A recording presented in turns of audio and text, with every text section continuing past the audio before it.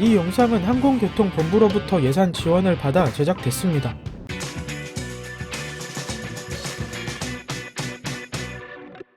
하늘이 아무리 광활해도 비행기끼리 만나는 경우가 분명히 있을 텐데 이럴 때 비행기들은 어떻게 충돌을 피할까요? 엄청난 속도로 비행하고 있으므로 눈으로 보고 나서 피하면 늦을 것 같아 주제의 의문이 생깁니다. 평소에는 공항 관제탑이나 레이더를 이용하는 관제소에서 근무하는 항공교통 관제사가 조종사에게 비행 방향과 고도를 지시하여 비행기 및 장애물 간의 충돌을 방지하고 있습니다. 이를 항공교통 관제라고 하는데 보통 공항의 관제탑에서 눈으로 보면서 수행하기도 하고 영화처럼 레이더 화면을 참고해 수행하기도 합니다.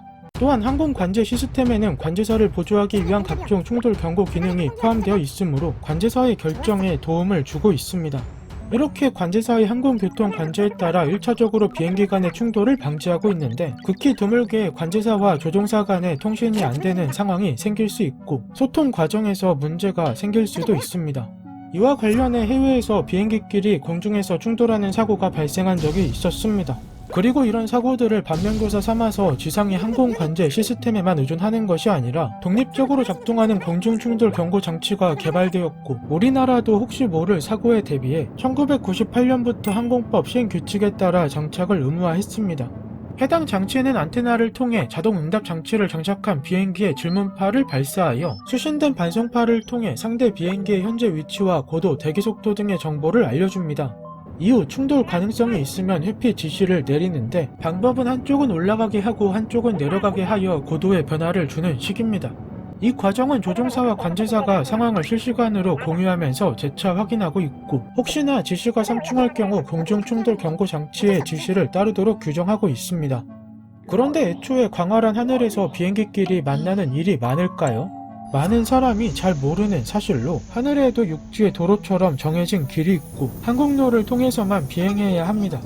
조종사가 원하는 대로 비행을 나갔다면 만날 일이 많았을지 모르지만 정해진 항공로를 비행하고 항공교통본부의 관제사가 항공교통 관제를 하고 있으므로 만날 일이 거의 없어 안전합니다.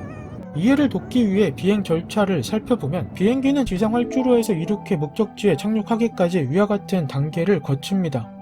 그리고 비행 절차에 따라 비행기에 탑재된 계기 장치를 활용해 비행기의 고도와 위치, 방위 등의 정보를 파악하여 정해진 항공로에서만 비행합니다. 이륙 후 비행기가 상승과 강하 사이에 안정된 고도인 순환 고도에 진입하는 때가 하늘의 길인 항공로에 진입한 단계이고 이해하기 쉽게 탑승객들이 자유롭게 움직이는 때입니다. 이런 항공로는 VOR, DM이라는 항행안전시설을 기준으로 설정되는데 비행기가 자신의 방위를 VOR 지상장치로부터 얻고 거리 정보를 DM이 지상장치로부터 얻음으로써 위치를 인식합니다. 보통 VOR 시설의 전파 직진성으로 인해 해당 시설을 기준으로 직선의 항공로가 구성됩니다. 하지만 최근에는 위성 등을 활용하여 비행기가 자신의 위치를 더 이상 지상의 항행안전시설에 의존하지 않고 어디서든 항공로를 구성하여 비행할 수 있게 됐으며 우리나라도 이런 위성을 기반으로 하는 항공로를 도입하고 있습니다. 우리나라에는 총 54개의 항공로가 있고 비행기는 정해진 항공로만을 따라서 인천, 김해, 제주공항 등 국내선과 중국이나 미주, 일본 등 국제선을 운행하고 있습니다. 마찬가지로 다른 나라도 항공로가 있고 위와 같이 세계가 연결되어 있어서 이 항공로만을 통해 비행하고 있습니다.